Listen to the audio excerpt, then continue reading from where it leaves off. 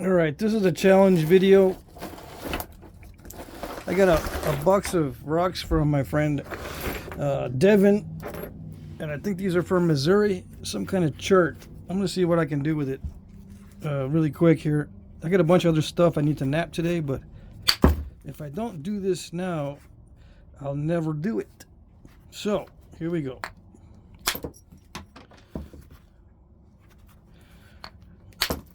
Why do I mention I got other stuff to knap today? Because I'm going to be kind of in a hurry to do this. Yeah. Yep. Kind of in a hurry. I'm not sure if I already tested some of this when I first got it some weeks or months ago. But it looked pretty ominous. So I put it aside with a bunch of other stuff. Luckily, I did not lose track of this. And let's see what we can do. It's got some fossils and stuff in it. It's kind of a weird consistency type chert. It's like a limestone that has been heat treated by nature, because it feels like a heat treat. Yeah. It's brittle. It's not concretey. You know? Concretey is just unnappable for the most part, but this is nappable. It is crumbly. It's probably snappish, but so far so good. I've napped something similar. Yeah, it's highly unpredictable. I'm trying to remember where else I've napped stuff like this. It's like a silicified sandstone or something, or limestone. I mean, silicified limestone.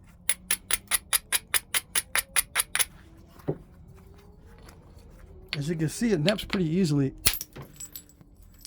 and you can run flakes on it, but it's all crumbly, which means to thin it requires a lot of luck. Yeah, because you never know what's in there, so you got to leave it thick.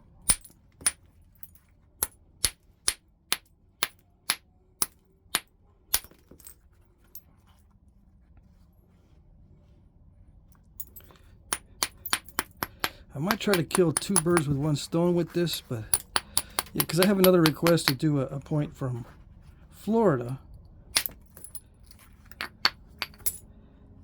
This stuff is not from Florida, but it's similar to stuff that I've seen from there. But no, the quality on this is not going to be good enough to do the other point. I'm going to have to do the other point with some better quality stuff. Yeah.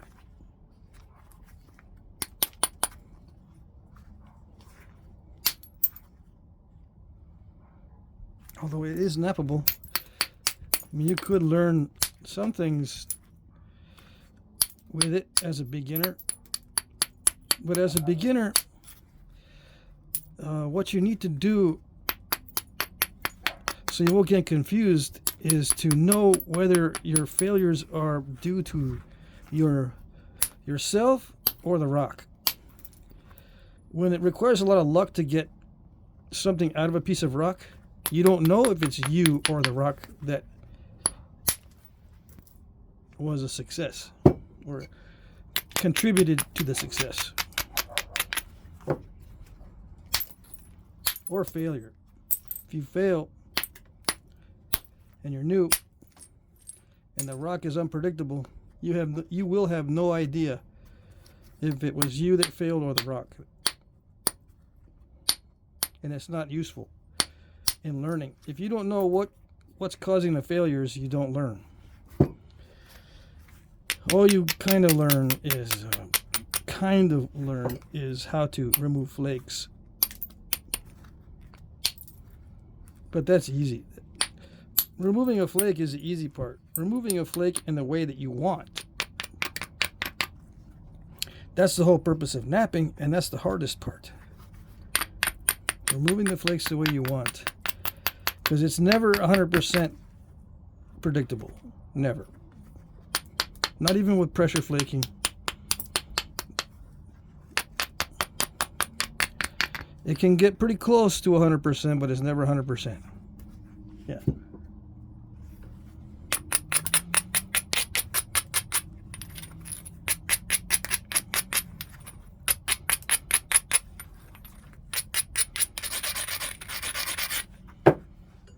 %, knowing what to do and do it. Yeah, 100% success in every flake. You can sometimes do it with perfect material and perfect technique with pressure flaking. Percussion, I don't know. The accuracy, some people have superhuman accuracy, so yeah, I guess they can predict it better. It's all in the accuracy. As far as that goes.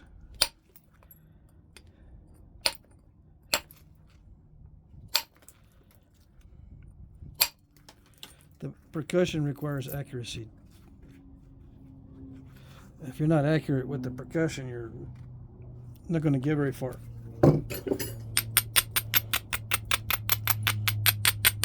That's why I use indirect percussion. That flaw goes all the way through, I bet you. Yeah. See, that's why luck is involved.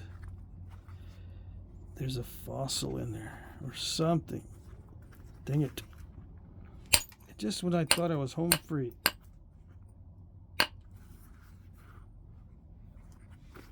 What do I do? Well, you gotta knock it down somehow. I gotta knock it down somehow. But if it's a weak spot, because if it goes through and there's a crack in it, I mean, everything's weak right there. To clear it off, I need a strong flake, and a lot of times a strong flake in a weak area leads to failure. Yeah. Strong flake in a weak area. Not too good.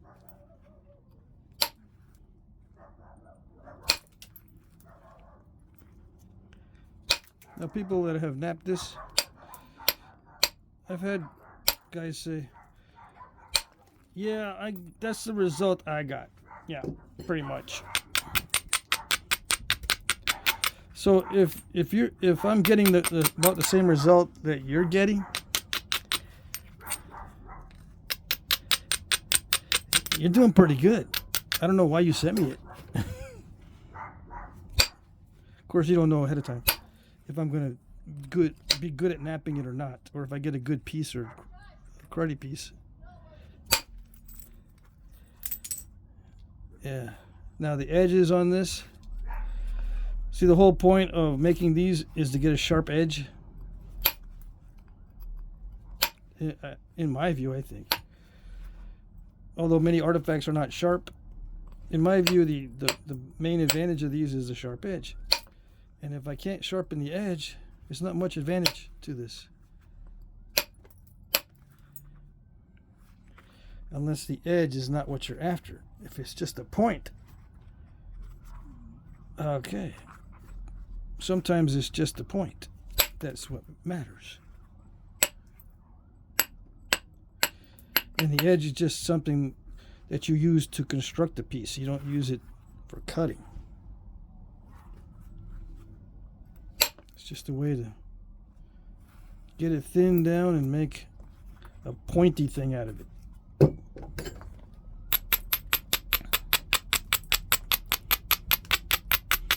Why thin? So you can haft it. So you can repair it easily if it gets damaged.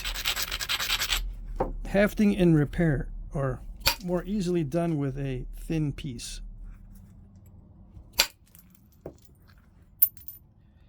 Yeah, the flakes run okay on this stuff. It's just at any moment it can crumble. and fail. Yeah. So no, I don't recommend this kind of stuff for beginners, because you don't know if it's you or the stone that fails. You can kind of sort of figure it out, but some people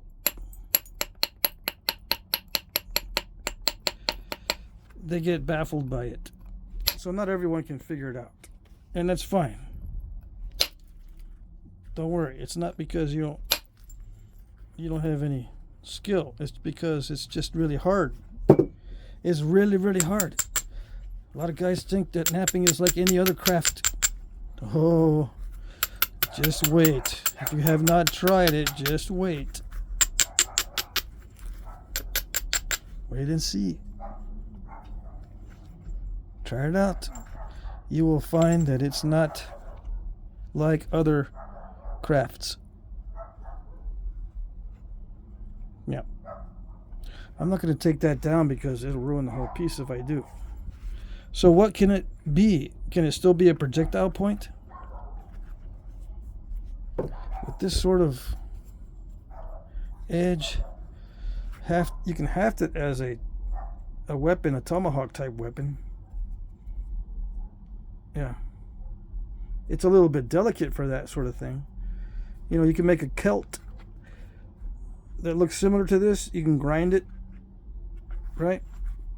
But if you flint knap a kilt, it's going to look like this. So I suppose you can use it as a kilt, but it would be mainly as a weapon and not for working wood or anything, because this edge is crumbly. It's just good for cracking the skull, or for dispatching something that you caught in a trap. Yeah, it's a little trap hatchet where you trap a little animal in the trap and it's not dead yet. You just go, oh, I got my little trap hatchet, my little trap tomahawk, and then boink, or boink with the other end, and there it goes, dispatched. Of course, you can dispatch it with a club too, so you don't need to go through all this trouble.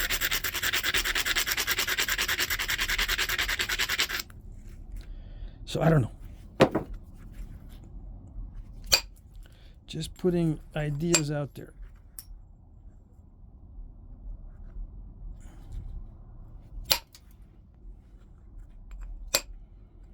Caveman with a club is actually a pretty good representation of what actually happened. Clubs were a lot more common than anything else, even when fighting off human predators. Yeah, a club won't break in most cases.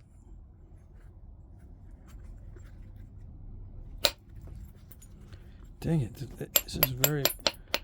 I'm trying to get the edge sharp and get lumps off of the edge.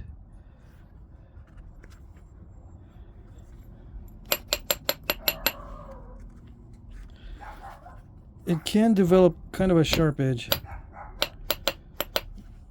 but yeah, it would be for fighting and not for woodworking or skinning or something. It's just way too dull for that kind of stuff. I would not use it for skinning, just mainly as a weapon. This type of stone. Okay. Or if you need a ceremonial piece, just something that you can dance around with, you can pretend it's a projectile point on. You can haft it to a lance or something, and never use it as such. It is possible to do that with this kind of material. Yeah.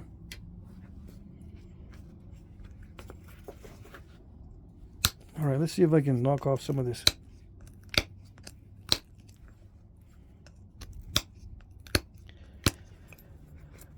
How would they do this back in the day? My usual answer is they just cry if they get this kind of material. Woe and misery. Woe is me in misery. That's how they dealt with it back in the day.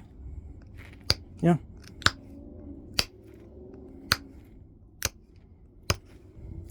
Why do you think they traveled many miles to get to their quarries?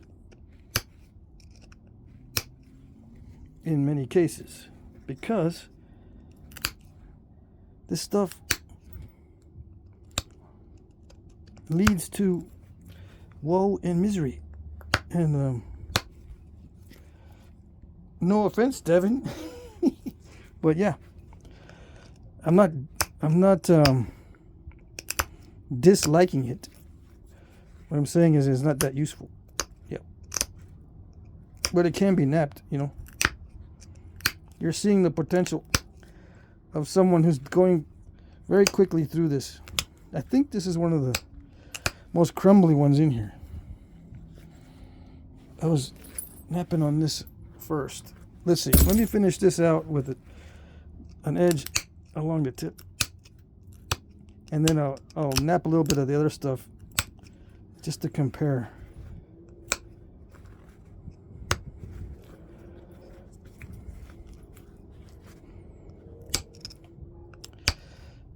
Now, if I had nothing else and I had to skin something or open up an animal, I'll try to get one of these flakes and open up the skin with a flake. Yeah. Or it might take several flakes because this edge will deteriorate quickly. Yeah. I'll take a flake like this, open up the skin, and then use it to skin the animal. The only thing I would maybe use this for, is for cutting the meat that's already been separated from the bone. You know, cut it into strips or something for drying.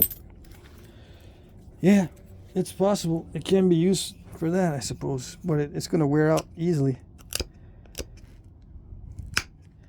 And you'll get into a situation where there's going to be woe and misery, having to resharpen every 10 minutes.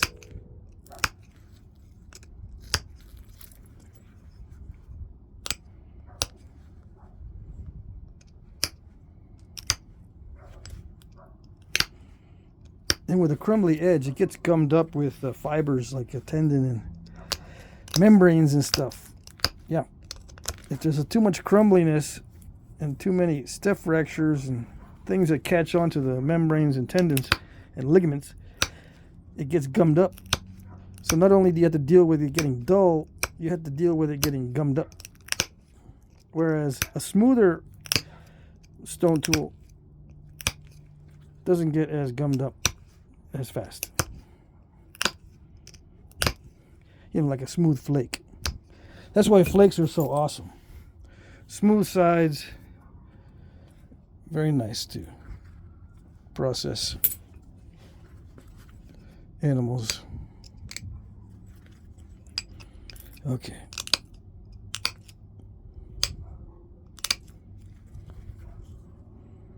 Okay, so that's it.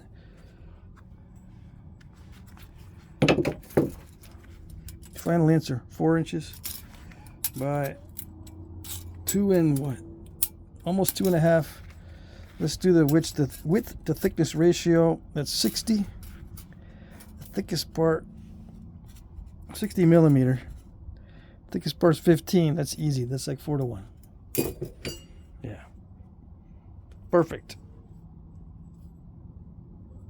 And I just picked at that until it wore itself down a little bit, or I wore it down a little bit. All right, so let's see what this other stuff does. I was napping it just before I turned on the video, just in case I would have found something good. But yeah, this is all very crumbly, but it does nap easily. Let's see.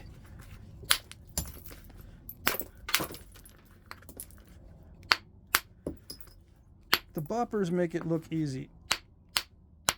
Yeah. I can do a lot of things with this bopper.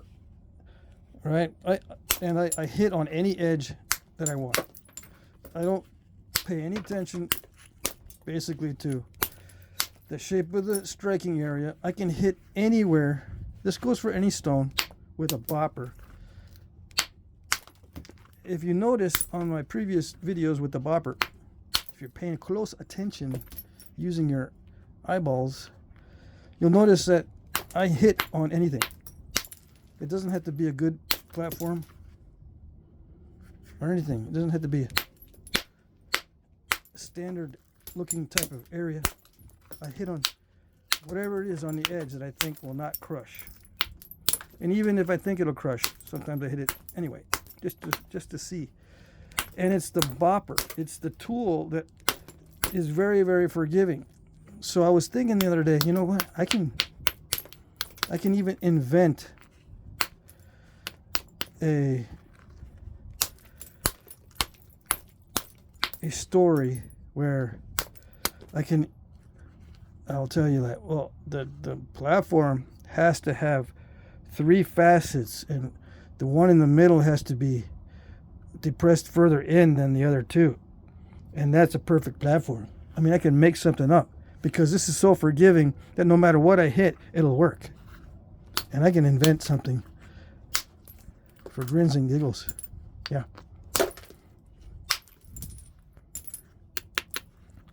But I won't.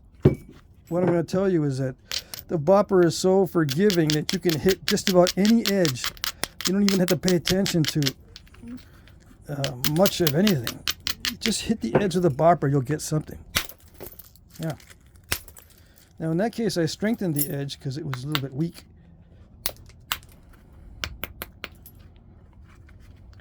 And of course, you can get really good at creating good striking areas. But if I can just go to town and not have to worry about taking too much time to create a striking area, I'll just hit anything. Yeah. Even if it doesn't look good. See what happens. Yeah.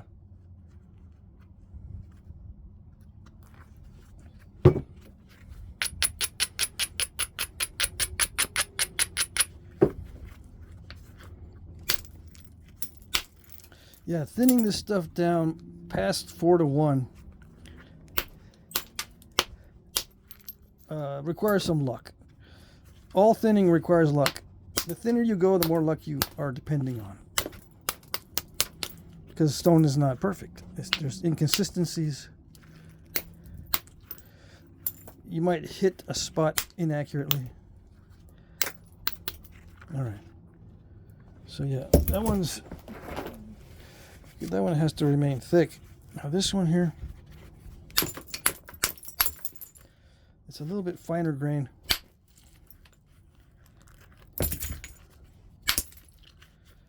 Yeah, it's a limestone of some sort.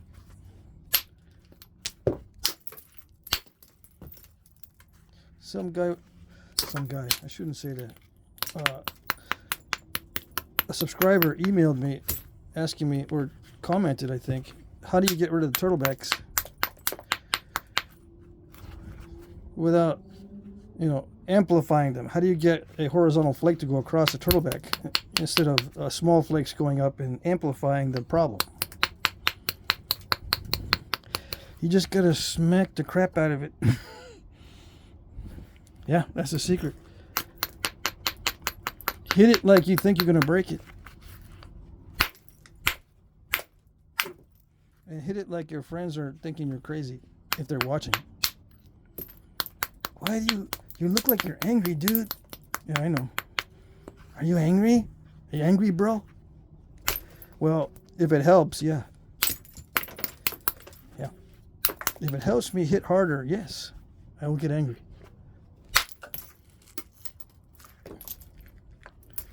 The trick is hit it really, really, really, really hard.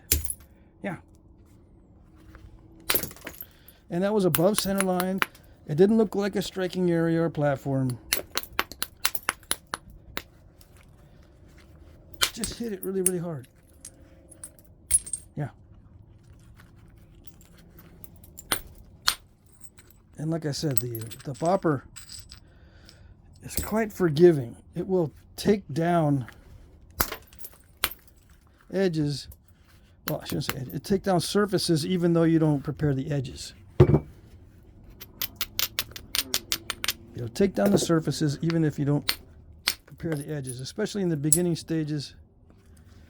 You don't have to worry too much about doing everything perfect.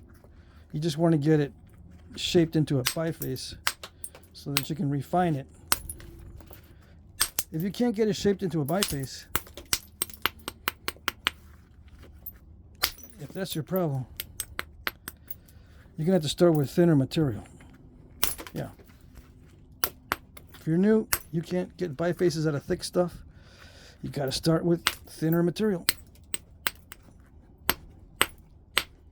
till you get used to hitting really hard. It might take a while. Yep, might take a year or two. A year or two, man. A year of nothing but hitting. Yep. Maybe.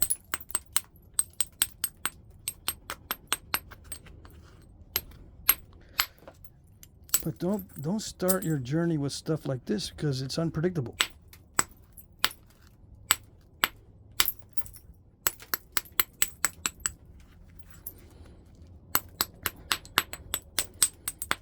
Even if you have unlimited supply of this stuff.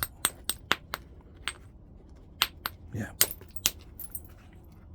I don't recommend it for new guys. All right, so I don't want to go any further with this right now. It's got some issues and it's got voids.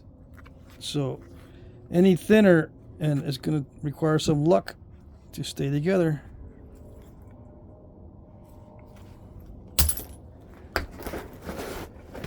What is this?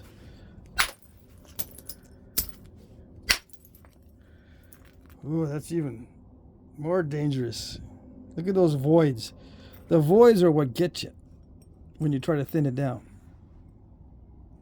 Yeah. Well, you might say, the flake is thin. Why can't you get the point that thin? Well, you can. Just trim around the edges and use it as a point. Trying to nap it into a biface is a different story. If you want thin stuff from this kind of stuff, I guess I recommend just using the flakes. Yeah. Just because you can get a thin flake doesn't mean you can get a thin biface. It's a whole different ballgame.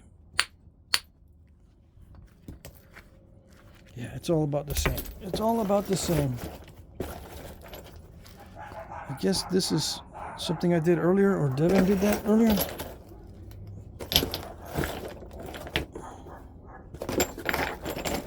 What is this one? This one looks like it has crystals in it.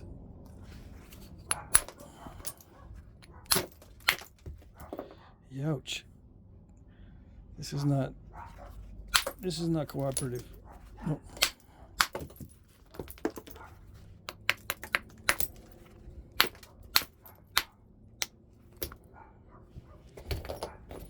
Is it good as a cutting tool? That is kind of sharp, but I can break it with my fingers. I can break this edge with my fingers. See that? I can't do that with high-grade chert or high-grade flint. It's too strong to break with my fingers like that. But this one I can, so this edge will wear down extremely fast if used for cutting. Yeah. All right, so that's it. I got a couple of bifaces. I suppose for primitive weapons that can be used. Yeah. Okay, there you go. Let's see.